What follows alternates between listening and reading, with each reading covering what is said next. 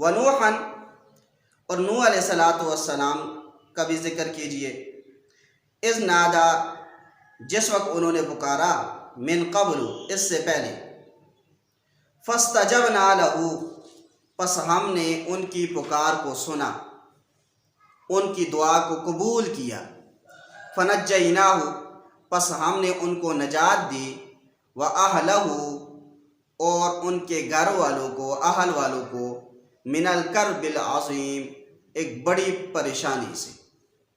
نوح علیہ السلام نے 950 سال تک تبلیغ کی ہے،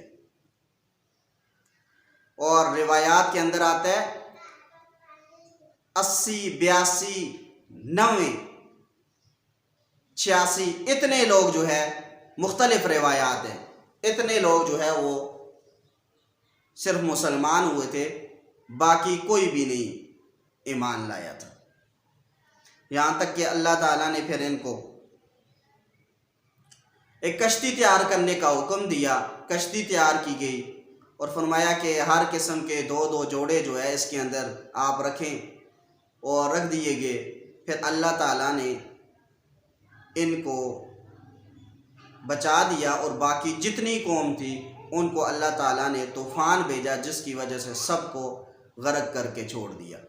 نوح علیہ السلام کے 4 بیٹے تھے، سام، حام، یافس اور کنعان۔ 3 بیٹے ان کے مسلمان تھے، اور ایک بیٹا کنعان یہ کافر تھا۔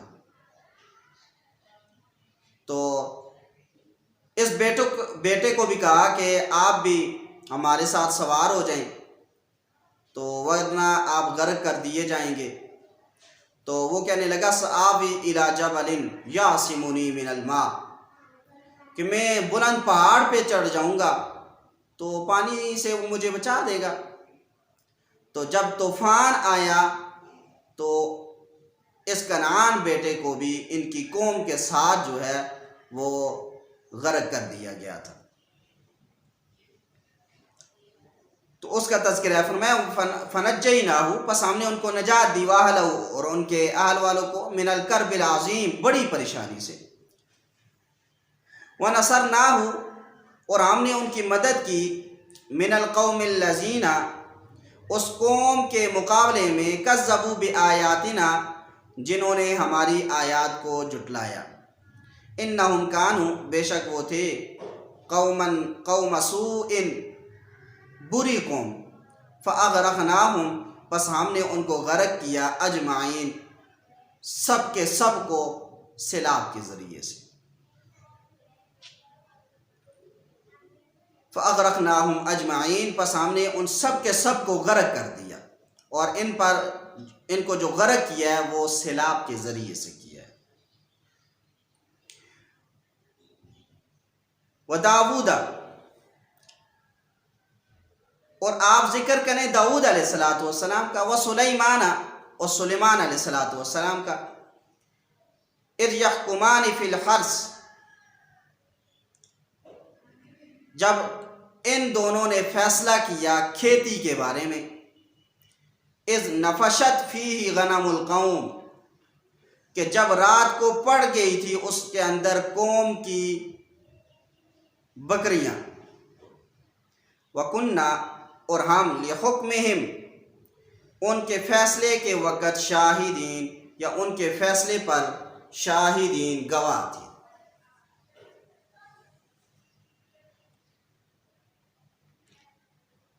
داؤد علیہ السلام کو اللہ تعالیٰ نے نبوت عطا کی تھی، اور ان کو اللہ تعالیٰ نے زبور کی صورت میں ایک کتاب بھی دی تھی، اور ان کے 19 بیٹے تھے، ان میں سے ایک حضرت سلیمان علیہ السلام تھی۔ حضرت داؤد علیہ السلام کو اللہ تعالیٰ نے ایک علاقے کا بادشاہ بنایا تھا۔ یہ بیٹھے فیصلہ کرنے کے لیے، تو ان کے پاس کچھ لوگ آئے، اور انہوں نے آ کے اپنا فیصلہ جو ہے وہ ان کے سامنے رکھا، اپنا جو دعویٰ تھا وہ ان کے سامنے پیش کیا کہ کہنے لگے ہم بڑی محنت والے لوگ ہیں، ہم نے کھیتی لگائی تھی اور اس کے اندر ہم نے بڑی محنت کی، اس کو پانی بھی لگایا، گوڈی وغیرہ بھی کی، یہاں تک کہ بڑی محنت کی،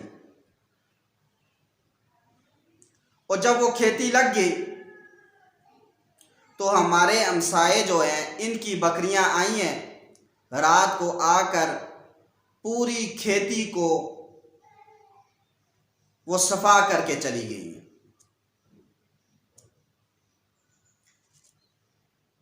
تو جب حضرت داؤد علیہ السلام نے ان کی یہ بات سنی، داؤد علیہ السلام نے ان لوگوں کو بلایا کہ جن کا کھیتی کرنا یہ فن تھا، کام تھا،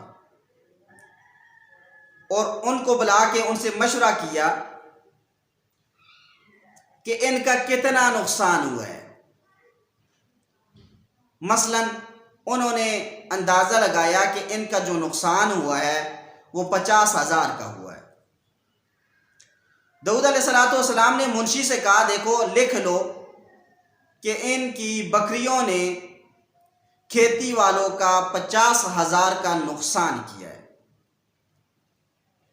اور بکریاں جس کی تھی بھیڑ بکریاں، ان سے کہا کہ تم ان کو 50,000 نقد ادا کرو۔ تو وہ کہنے لگے ہمارے پاس تو نقد نہیں ہے، ہمارے پاس تو یہ بھیڑ بکریاں ہی ہیں، باقی کوئی بھی نہیں ہے۔ داؤد علیہ السلام نے فرمایا اچھا، فرمایا کہ ان بکریوں کی قیمت لگائی جائے۔ تو قیمت لگائی گئی، وہ بھی تقریباً 50,000 ہی بن رہی تھی۔ تو داؤد علیہ السلام نے یہ فیصلہ کر دیا، فرمایا کہ یہ جس کی بھیڑ بکریاں ہیں یہ اپنی بھیڑ بکریاں کھیتی والے کو دے دے تاکہ اس کا جو نقصان ہوا ہے اس کی تلافی ہو جائے۔ اب حضرت سلیمان علیہ السلام بھی یہ مقدمہ سن رہے تھے، تو اللہ نے ان کے دل میں الہام کیا۔ سلیمان علیہ السلام فرمانے لگے کہ ہے ابا جی کیا میں بات کر سکتا ہوں؟ داؤد علیہ السلام نے فرمایا ہاں کیوں نہیں کر سکتے، کر سکتے ہو۔ تو سلیمان علیہ السلام نے فرمایا دیکھیں جو کھیتی بکریوں نے کھائی ہے ان کی جڑیں جو ہیں وہ زمین کے اندر موجود ہیں،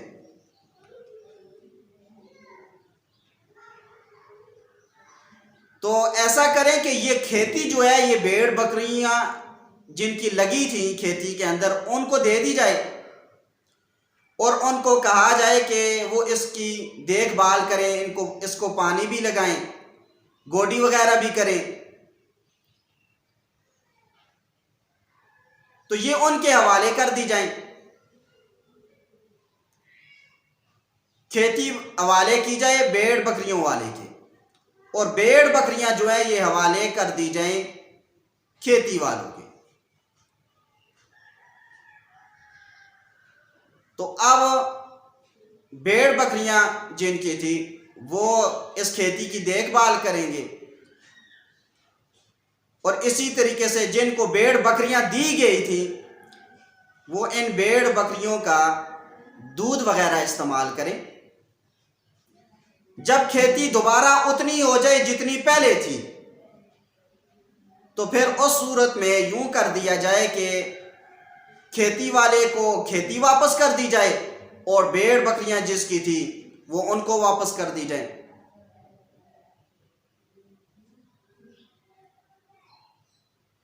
تو حتیٰ کہ پھر ایسا ہی کیا گیا۔ تو اس کا تذکرہ ہے، فرمایا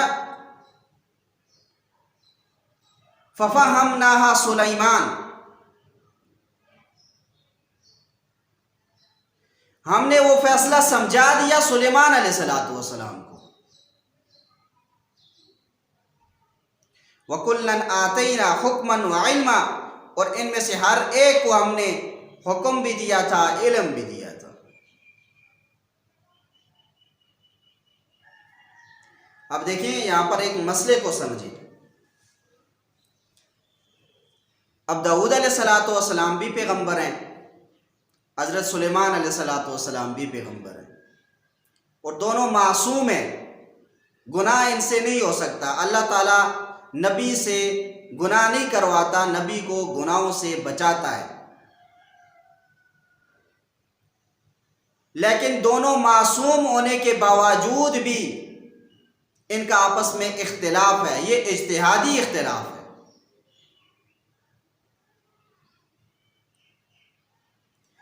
جیسے معصوموں کا آپس میں اختلاف ہو سکتا ہے، بالکل اسی طریقے سے اماموں کا بھی آپس میں اختلاف ہو سکتا ہے، اس میں کوئی حرج کی بات نہیں ہے۔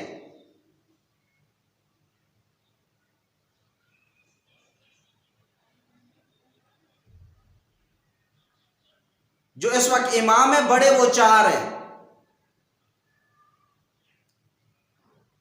جن کی تقلید کی جاتی ہے۔ سب سے بڑے امام امام اعظم ابو حنیفہ نعمان بن ثابت رحمۃ اللہ علیہ، امام شافعی ہیں، امام مالک ہیں، اور امام احمد بن حنبل ہیں رحمہم اللہ تعالی۔ اور ہم جن کی تقلید کرتے ہیں وہ امام اعظم ابو حنیفہ نعمان بن ثابت رحمۃ اللہ علیہ، جن کو امام اعظم ابو حنیفہ بھی کہا جاتا ہے۔ تو لہذا جب فقہی مسائل میں، اجتہادی مسائل میں ان کا آپس میں اختلاف ہوتا ہے، تو حدیث مبارک کے اندر آتا ہے اذا حکم الحاکم فاجتہد، جب مجتہد اجتہاد کرتا ہے، فاصاب، اور درست اجتہاد کرتا ہے، فلہ اجران، اللہ تعالیٰ اس کو دوہرا اجر عطا فرماتے ہیں۔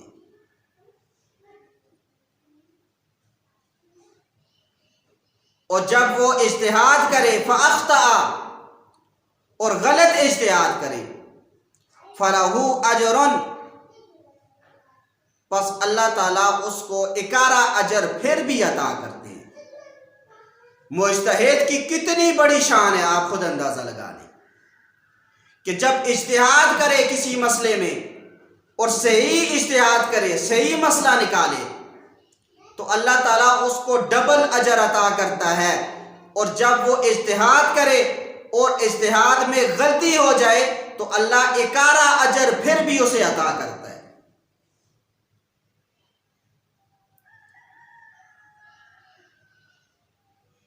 تو اس وجہ سے اگر فقہاء کے اندر اختلاف ہو جائے تو اس میں کوئی مسئلے کی بات نہیں ہے، بشرط ہے کہ وہ مجتہد ہو۔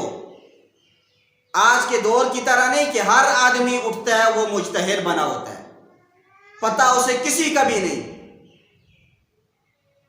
لیکن وہ مجتہد کے اعلیٰ درجے پہ فائز ہونے کی کوشش کرتا ہے۔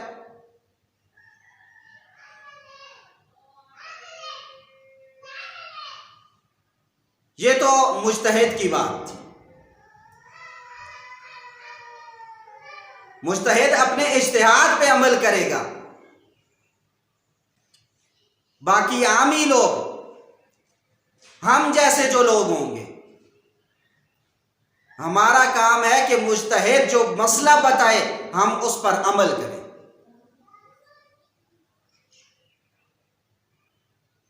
ہمارا کام اجتہاد نہیں ہے، ہمیں تو پتہ ہی نہیں ہے اجتہاد کیا چیز ہوتی ہے۔ ہمیں کوئی مسئلہ بتائے تو ہمیں اس مسئلے پہ عمل کرنا چاہیے،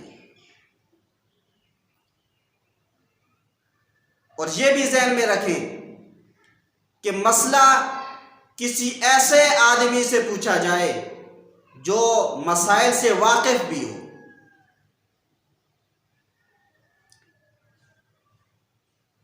ہر آدمی سے مسئلہ نہیں پوچھا جائے گا۔ آج کے دور میں ہر آدمی جو ہے وہ بیٹھا ہوا ہے،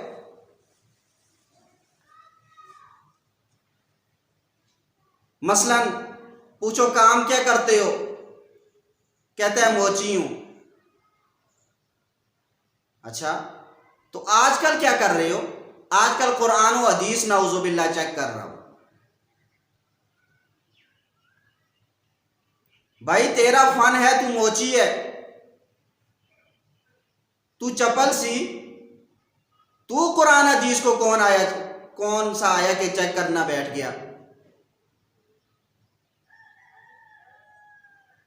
کام کیا ہے؟ فن کون سا سیکھا ہے؟ کیا کیا ہے؟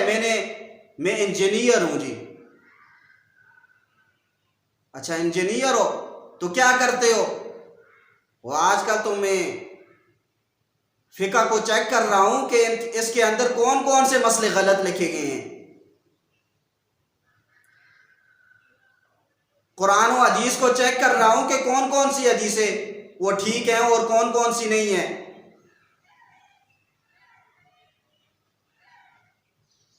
فن ہے انجینئر اور کام ہے مسائل چیک کرنا۔ فن ہے ڈاکٹر بنا ہے اور کام مسائل، مفتی بنتا ہے اور مسئلے بتانا شروع کر دیتا ہے۔ آج نیٹ کو دیکھیں نا، ہر آدمی بیٹھا ہوتا ہے،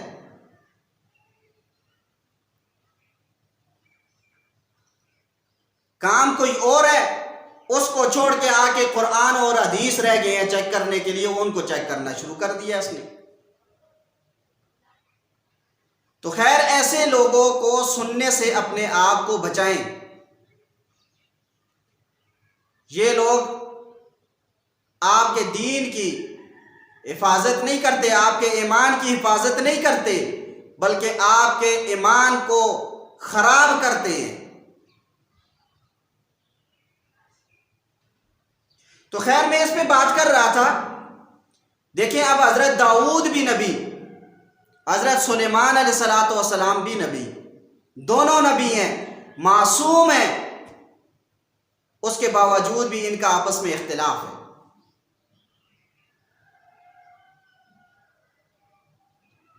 تفسیروں میں ایک روایت لکھی گئی ہے پہلے دور کی،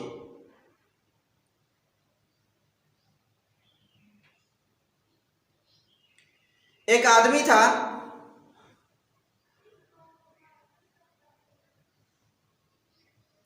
غالباً یہ روایت بخاری کے اندر بھی ہے، کہ اس نے 99 آدمیوں کو قتل کیا۔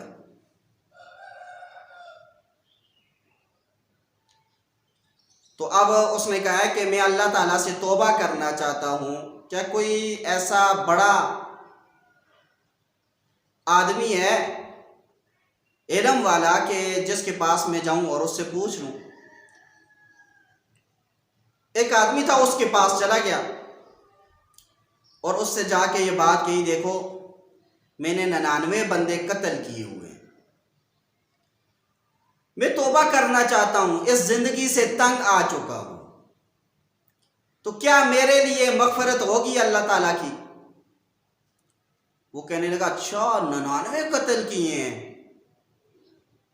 اور تم آج معافی مانگنے کے لیے آیا ہے؟ یعنی بلی 100 چوہے کھا کے حج کو چلی، تو لہذا تیرے لیے تو کوئی معافی نہیں ہو سکتی۔ اب اس نے ایسا کیا کہ اس کو بھی قتل کر دیا۔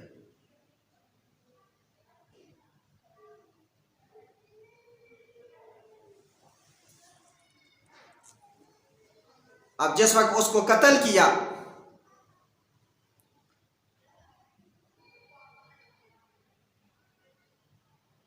تو اس نے کہا چلو پہلے 99 تھے، اب سینچری پوری ہو گئی ہے، 100 پورے ہو گئے. آگے چلا، کسی نے بتایا کہ ایک بڑے عالم ہیں، پادری ہیں، ان کے پاس جاؤ. اب اس کے پاس گئے اور اس کو جا کے بولا کہ میں نے 100 آدمی قتل کیے ہوئے ہیں، کیا میرے لیے کوئی توبہ وغیرہ ہو سکتی ہے؟ تو اس نے کہا کہ ہاں،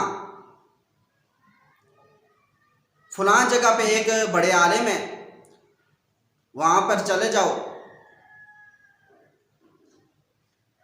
تو معافی وغیرہ ہو جائے گی.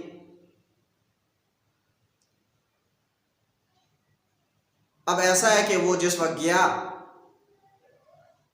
اب راستے میں جا رہا تھا توبہ کرنے کے لیے، تو اللہ تعالیٰ نے وہاں پر ہی موت اس پر طاری کر دی. اب 2 قسم کے فرشتے آگے، جنت کے بھی اور جہنم کے بھی. جہنم والے کہنے لگے اس نے 100 آدمیوں کو قتل کیا ہے، تو لہٰذا ہم جہنم والے آئے ہیں، اس کو جہنم کی طرف لے کے جائیں گے. اور جنت والے کہنے لگے نہیں، اس نے اب توبہ کرنے کے ارادے سے آیا تھا، تو لہٰذا اس نے توبہ کر لی ہے، تو لہٰذا ہم اس کو جنت میں لے کے جانے کے لیے آئے ہیں.